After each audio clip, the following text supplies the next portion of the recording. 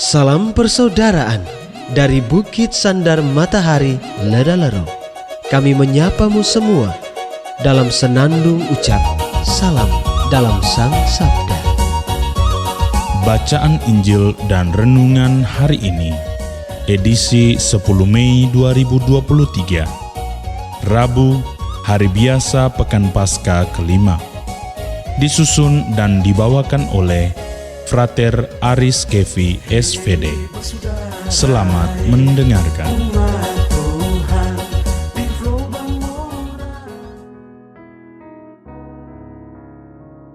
Bacaan diambil dari Injil Yohanes, bab 15, ayat 1 sampai 8. Dalam amanat perpisahannya, Yesus berkata kepada murid-muridnya, "Akulah pokok anggur yang benar, dan Bapakulah pengusahanya. Setiap ranting padaku yang tidak berbuah dipotongnya, dan setiap ranting yang berbuah dibersihkannya, supaya berbuah lebih banyak. Kamu memang sudah bersih karena firman yang telah Kukatakan kepadamu. Tinggallah di dalam Aku dan Aku di dalam kamu. Sama seperti ranting tidak dapat berbuah dari dirinya sendiri, kalau ia tidak tinggal pada pokok anggur, demikian juga kamu tidak berbuah, jikalau kamu tidak tinggal di dalam Aku. Akulah pokok anggur dan kamulah ranting-rantingnya. Barang siapa tinggal di dalam Aku dan Aku di dalam dia, ia berbuah banyak, sebab di luar Aku kamu tidak dapat berbuat apa-apa. Barang siapa tidak tinggal di dalam Aku, ia dibuang keluar seperti ranting dan menjadi kering, kemudian dikumpulkan orang dan dicampakkan ke dalam api lalu dibakar. Jikalau kamu tinggal di dalam Aku dan firman-Ku tinggal di dalam kamu, mintalah apa saja yang kamu kehendaki dan kamu akan menerimanya. Dalam hal inilah Bapa-Ku dipermuliakan, yaitu jika kamu berbuah banyak, dan dengan demikian kamu adalah murid-murid-Ku." Demikianlah sabda Tuhan. Terpujilah Kristus. Bapak, Ibu, saudara-saudari, para pencinta Sang Sabda yang terkasih dalam Tuhan. Renungan kita pada hari ini berjudul Tinggallah di dalam Kristus. Saudara-saudari terkasih, bacaan Injil hari ini berbicara tentang hal mendasar dari inti iman kita. Yesus adalah pokok anggur yang benar. Kita adalah ranting-rantingnya. Dan Allah Bapa adalah pengusahanya. Sebagai pokok anggur, Yesus adalah sumber kehidupan kita, ranting-rantingnya. Dan Allah Bapa senantiasa memelihara ranting-ranting itu supaya tetap berbuah. Allah mengharapkan agar kita semua berbuah dan tidak terpisah dari pokok anggur itu. Sebab terpisah darinya akan menjadikan kita seperti ranting-ranting pohon yang berguguran. Kita akan kering, mati, dan akhirnya musnah. Sebaliknya, bersatu dengannya akan membuat kita tetap hidup dan menghasilkan buah. Saudara-saudari terkasih, Yesus berbicara tentang dua macam ranting, yang berbuah dan yang tidak berbuah. Ranting yang berbuah adalah orang-orang yang memiliki hidup di dalam Tuhan karena iman dan kasih kepadanya.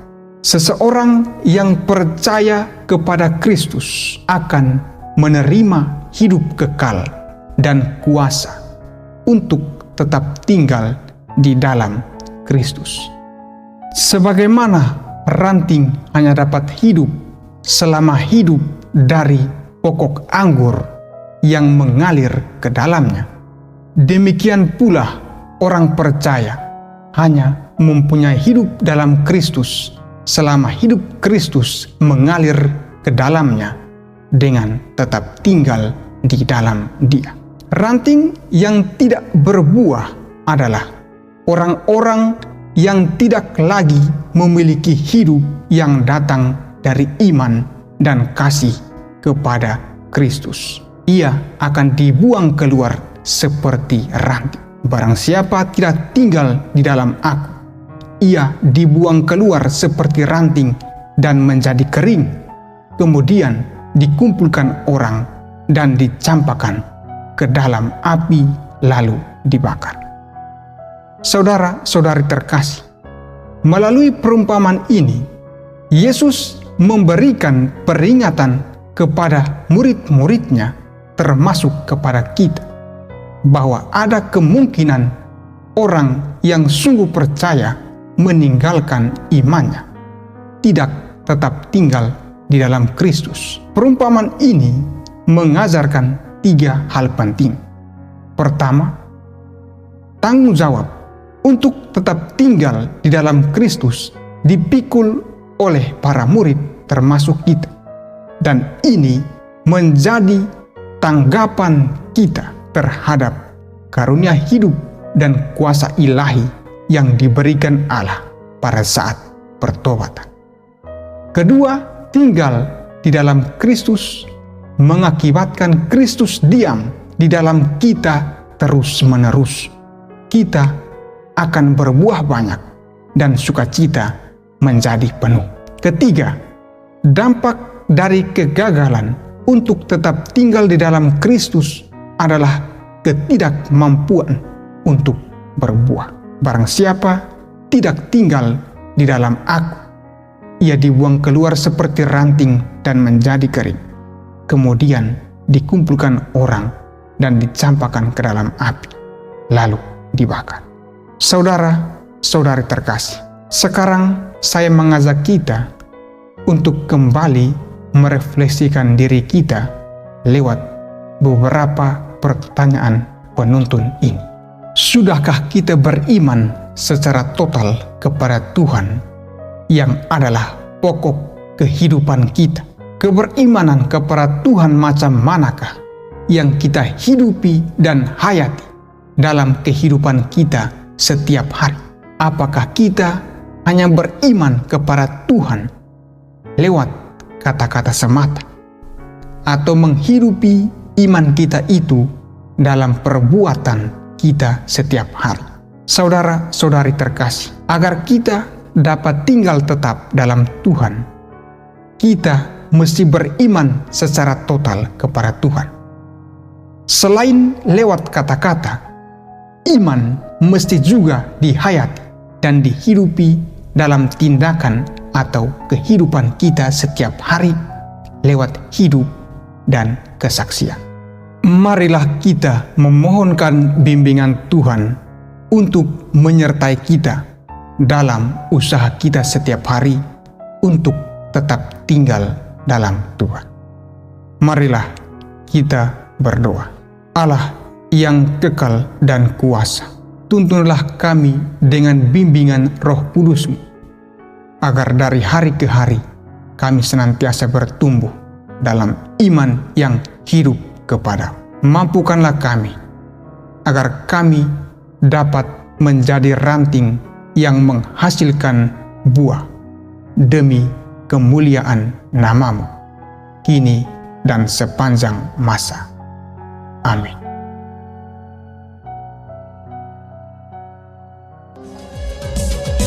Hei bersaudara, umat Tuhan di lubang murah. Sahabat-sahabat pencinta Sang Sabda, kita baru saja mendengar bacaan Injil dan renungan edisi hari ini. Sampai jumpa kembali pada edisi berikut. Terima kasih kepada Divisi Kerohanian website Seminari Tinggi Santo Paulus Ledalero. Semoga Sang Sabda menjiwai seluruh pengalaman hidup kita hari ini. Tuhan memberkati kita sekalian. Amin. Dalam satu hati, di dalam kasih Yesus.